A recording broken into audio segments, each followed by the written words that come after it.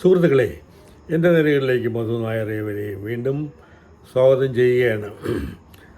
ഇന്നിപ്പോൾ ദേശമാകെ അലയടിച്ചുകൊണ്ടിരിക്കുന്ന ഒരു വലിയ പരാതി, അതായത് നീറ്റ് പരീക്ഷകളെ കുറിച്ചിട്ട്. അതൊരു വലിയ ദേശീയ വിഷയമായി തീർന്നിരിക്കുകയാണ്.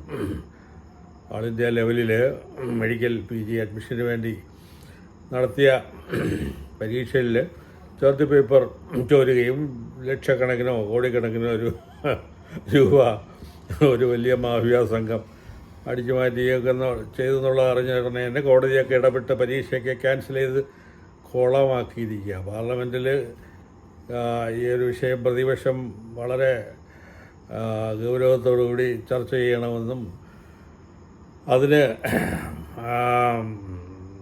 ഈ കേന്ദ്ര വിദ്യാഭ്യാസ മന്ത്രി തയ്യാറാവുമെന്ന് തോന്നുന്നില്ല.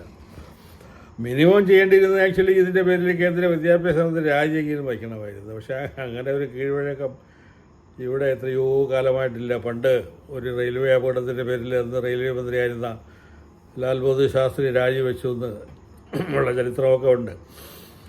ഞാൻ പറഞ്ഞുകൊണ്ട് വരുന്നത്, ഈ ആൾ ഇന്ത്യ ലെവലിൽ നടത്തുന്ന ഈ പരീക്ഷകളെല്ലാം ഒന്നും തന്നെ കുറ്റമറ്റതല്ല എന്നുള്ളത് കാലാകാലങ്ങളിലേക്ക് തെളിയിച്ചിരിക്കുന്നു. വർഷങ്ങൾക്ക് മുമ്പ് IAS സെൻട്രൽ സർവീസുകളിൽ ബീഹാർ സംസ്ഥാനത്തിന് വലിയ കുത്തകയായിരുന്നു. വളരെ 1, 2, 3, 4 റാങ്കുകളെല്ലാം അവിടെ. അതിനുശേഷമാണത് മനസ്സിലായത് അവിടെ ഈ പറയുന്ന പോലെയുള്ള ചോദ്യപേപ്പർ ചോർത്തലും തുടങ്ങിയിട്ടുള്ള എല്ലാ കൃത്രിമങ്ങളും നടന്നിരുന്നു.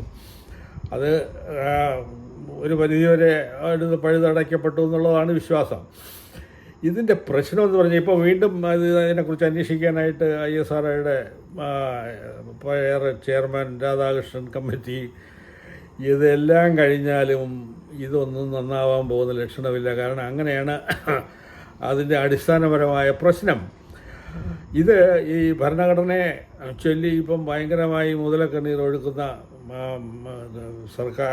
പ്രതിപക്ഷ കക്ഷികൾ കോൺഗ്രസ് അധികാരത്തിരുന്നപ്പോഴാണ് ഭരണഘടനയെ ശരിക്കും പറഞ്ഞു കഴിഞ്ഞാൽ ഒരു കാര്യമില്ലാതെ, ഞാൻ പച്ച മലയാളത്തിൽ പറഞ്ഞ് പിച്ച് ചിന്തയാണ് ചെയ്തത്. ഒരു പ്രധാനപ്പെട്ട കാര്യം ഈ പറയുന്ന വിദ്യാഭ്യാസ മേഖലയിലാണ്. ഭരണഘടനയുടെ ശില്പികൾ വളരെ കാര്യമായിട്ട് അത് സ്റ്റേറ്റ് ലിസ്റ്റിലാണ് പെടുത്തിയിരുന്നത്. അതിൽ കേന്ദ്ര ഗവൺമെൻറ് കയറി ഇടപെടേണ്ട കാര്യമില്ല. കാരണം അത്രയധികം വൈവിധ്യമുള്ള ഒരു ജനതയും അത്തരത്തിലുള്ള രീതികളൊക്കെ ഉള്ള സംസ്ഥാനങ്ങളും അതിനെ എടുത്ത് കാൺകറൻറ്റ് ലിസ്റ്റിലിട്ടിട്ട് ഈ പറയുന്ന ടെക്നിക്കൽ എഡ്യൂക്കേഷൻ, പ്രൊഫഷണൽ എഡ്യൂക്കേഷൻ എല്ലാത്തിലും കേന്ദ്ര ഗവൺമെൻറ്റിൻ്റെ മുൻകൈ, അതിനുവേണ്ടി കുറേ കൗൺസിലുണ്ടാക്കി, മെഡിക്കൽ കൗൺസിലുണ്ടാക്കി. ചുരുക്കം പറഞ്ഞു കഴിഞ്ഞാൽ എന്തൊരു വലിയ അഴിമതിയാണ് നടന്നത്. ആ കൗൺസിൽ പിരിച്ചുവിട്ട ഒരു പുതിയ സംവിധാനം ഇതുവരെയും ശരിയായി വന്നിട്ടില്ല. ആൾ ഇന്ത്യ AICTE, ഞാനതിൻ്റെ കുറേ കാലം അതിൻ്റെ ഇൻസ്പെക്ഷൻ ടീമിൽ മെമ്പറൊക്കെ ആയിരുന്നു. എനിക്കറിയാം, അഴിമതി ഇല്ലാതെ അതിനൊരു സംവിധാനം വാർത്തെടുക്കാൻ പ്രയാസമാണ്. കാരണം ഒരു എഞ്ചിനീയറിംഗ് കോളേജ് ഇൻസ്പെക്ഷൻ ചെല്ലുമ്പോൾ അതിൻ്റെ മാനേജ്മെൻറ്റ് ലക്ഷങ്ങളോ കോടികളോ എല്ലാം കൈനീട്ടി തരുമ്പോഴത്തേക്കും വാങ്ങിക്കാതിരിക്കുന്ന ആളുകൾ കാണും, എൻ്റെ പോലത്തെ ചില മടയന്മാർ. പക്ഷേ അത് കുറ്റമറ്റതായിരുന്നില്ല. അതുപോലെ നഴ്സിംഗ് കൗൺസിലാണെന്നുണ്ടെങ്കിൽ ഒരു വലിയ ജോക്കായി തീർന്നു. ആക്ച്വലി കർണാടക സംസ്ഥാനത്തിൽ എത്രയോ നഴ്സിംഗ് സ്കൂളുകൾ, ഒരു ആശുപത്രിയുടെ വരാന്ത പോലും കാണിക്കാതെ നഴ്സിംഗ് എഡ്യൂക്കേഷൻ. അപ്പോൾ ഇതിനൊക്കെ ഒരു പരിഹാരം എന്ന് പറഞ്ഞാൽ തിരിച്ചിട്ട് ഈ പറയുന്ന ഭരണഘടനാ സംവിധാനത്തിൽ, ഇത് ഫെഡറൽ സംവിധാനത്തിൽ സംസ്ഥാനങ്ങളെ അങ്ങ് ഏൽപ്പിക്കുക. അതുപോലെ തന്നെ ഈ മെഡിക്കൽ എഡ്യൂക്കേഷൻ, അതിൻ്റെ പിന്നിലുള്ള പ്രശ്നം എന്തിനാണ്? ആക്ച്വലി എത്ര മെഡിക്കൽ കോളേജുകൾ ഉണ്ടാക്കാനായിട്ടുള്ള സൗകര്യം ഈ നാട്ടിലുണ്ട്.